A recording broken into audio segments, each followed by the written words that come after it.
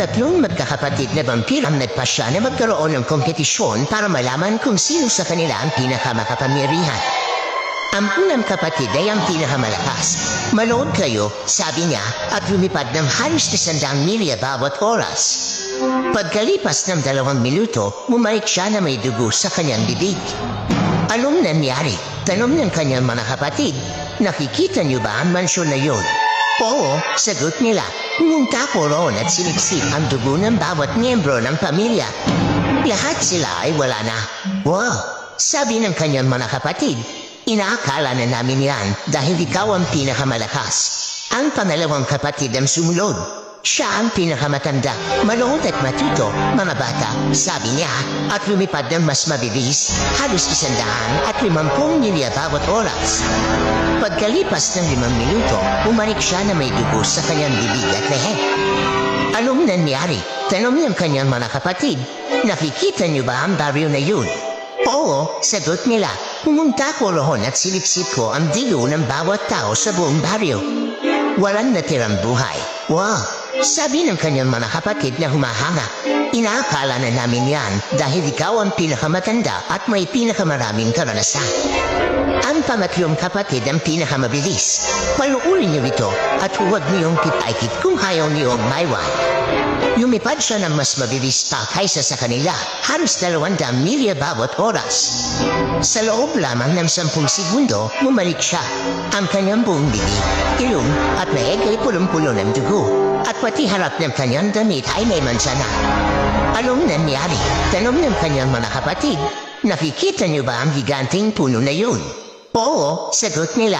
Kaya ko, hindi ko nakita. Emotional damage!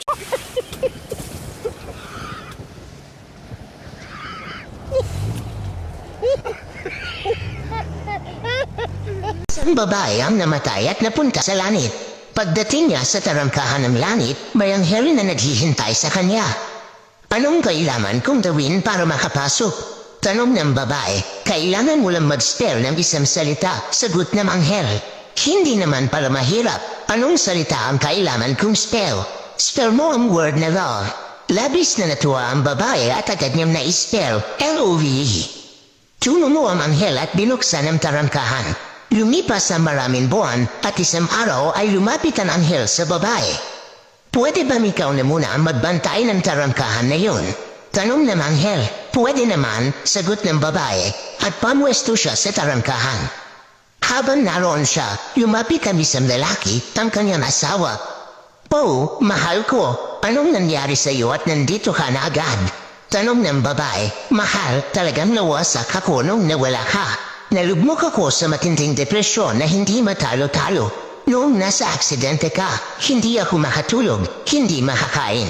Wala akong nagawa kundi magdalamhati, sagot ng lalaki. Sana naman ay nakapagpatuloy ka sa buhay at nakalimutan ang sakit ng pagkawala ko, pakonsuelong sabi ng babae. Sa totoo lang, may nurse na nag-alaga ng mabuti sa iyo, pati na rin sa akin. Naging malapit kami sa isa't isa at sobrang natulungan niya ako. Sa huli, pinakasalan ko siya. Nasa honeymoon na kami nang magkaroon ako ng malaging na aksidente sa skiing. Kaya narito ako. Ano ang kailangan kong gawin para makapasok? Kailangan mo lang mag-spell ng isang salita, sagot ng babae. Ganun lang. Buti naman. Anong salita ang kailangan kong spell? Tanong ng lalaki. Ngumiti ang babae at sinabi, Numanong microscope at silica volcaniconeusis.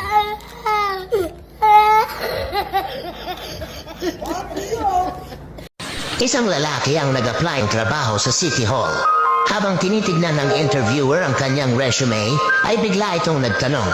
Sir, sabi dito sa resume mo, may 1-year experience ka na sa opisina. Tanong ko lang sir, may allergy ka po ba? Opo, sir. Sagot ng lalaki. Allergic po ako sa kape. Ah, ganun ba? Nakasulat din sa resume mo na dati kang sundalo at PWD. Di ka naman mukhang PWD. Totoo ba ito? Opo, sir. Totoo po yan. Nung napasama kasi ako sa giyera sa Mindanao para ipagtanggol ang isang baryo, nasabugan po ako ng granada. Natanggal po yung 2 itlog ko kaya po PWD ako ngayon. Grabe. Saludo ako sa kabayanihan mo. Napahanga mo ako sa dedikasyon mo, kaya dahil dyan, tanggap ka na. Ang pasok dito sa opisina ng City Hall, alas 8 ng umaga hanggang alas 4 ng hapon. Pero ikaw pumasok ka na lang ng alas 10 ng umaga hanggang alas 4. Bakit po alas 10 na ako papasok? Tanong ng lalaki. Sumagot naman ang interviewer ng, Mula kasi alas 8 hanggang alas 10, nagkakape lang kami at nagkakamot ng itlog. namatay ang isang napakagaling na engineer. Una siyang naakyat sa langit at habang kausap si San Pedro, sabi ni San Pedro, hindi ka maaari dito. Magaling kang engineer subalit nakipagkontsabahan ka sa mga kurakot habang ikaw ay nasa lupa. Doon ka sa impyerno nararapat. Sagot ng engineer, baka maaari na dito na lamang ako. Ako na may nagbabago na subalit inabutan na lamang ako ng kamatayan. Hindi niya napapayag si San Pedro at siya nga ay pinadala sa impyerno. Makalipas ang 6 na buwan ay pumasyal si San Pedro sa impyerno gaya ng kanyang nakagawian upang tingnan ang mga ginagawa ng mga nandoon at siya ay nagtaka sa nakita niya na masayang masaya ang mga kaluluwa na nandoon hindi gaya ng mga nagdaan na mga nagdudusa kaya tinanong niya si Satanas. Sabi ni San Pedro, ano ang nangyayari dito? Bakit ang sasaya ng mga nandito ngayon? Sagot ng Satanas, naaalala mo yung pinadala mo na engineer dito? Abay pagdating niya gumawa agad siya ng mga bagay para mapaginhawa ang mga nandito. Lahat ng itong nakikita ay siya ang may gawa. Sabi ni San Pedro, hindi maaari iyan. Idudulog ko yan sa hukuman ng langit at impyerno at siguradong ako ang mananalo dahil kukuha ako ng magaling na abogado. Sagot ni Satanas, magdasal ka na sa Panginoon mo. Kasi sigurado ako wala kang magaling na abogadong makukuha sa langit kasi lahat sila ay nandito.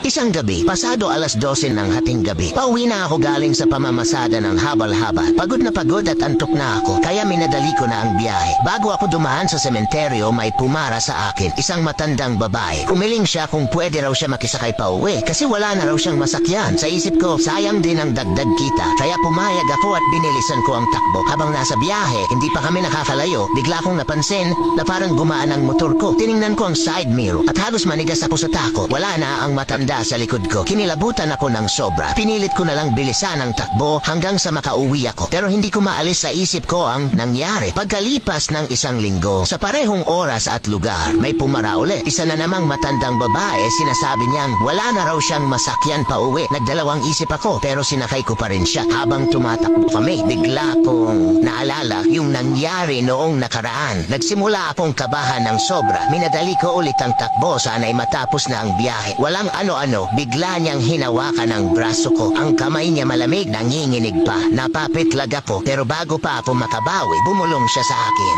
Noy, dahan-dahan lang. Dito ako nahulog nung nakaraang gabi.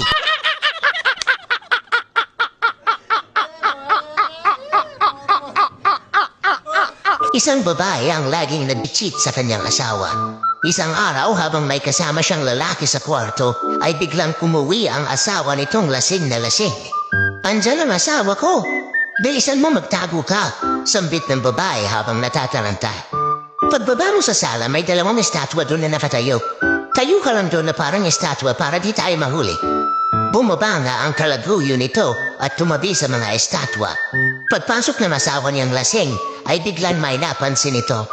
Teka, bakit 3 na itong estatwa? 2 lang to kanina pag-alis ko, ha? Ano ka ba? 2 lang yan. Sa tingin mo lang yan 3 kasi lasing ka. Pinipilit pa rin ng babae na 2 lang ang estatwa. Hindi makumbinsi ang lalaki, kaya pumuha ito ng baril. Nagpaputok ito ng warning shot dahil may gusto siyang patunayan, and guess what? Yung 3 estatwa ay nagsitakbuhan.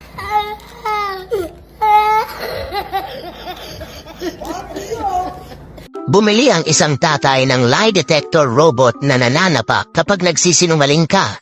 Habang naghahapunan, sinubukan niya ito sa kanyang anak na lalaki. San ka nagpunta kagabi? Tanong ng tatay. Nagpunta po ako sa classmate ko para gumawa ng project. Sagot ng anak. Nilapitan ng robot ang anak at sinapak. Di ka nagsasabi ng totoo. Ano talaga ginawa mo kagabi? Tanong ng tatay. Nanood po kami ng Bold. Sagot ng anak. Bold?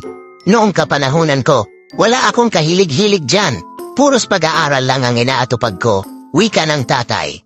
Biglang sinapak ng robot ang tatay. Tuwang-tuwa ang nanay ng bata at ang sabi, "Naku, manang-mana sa iyo ang anak natin. Talagang di maipagkakaila na anak mo yan." Sinapak ng robot ang nanay.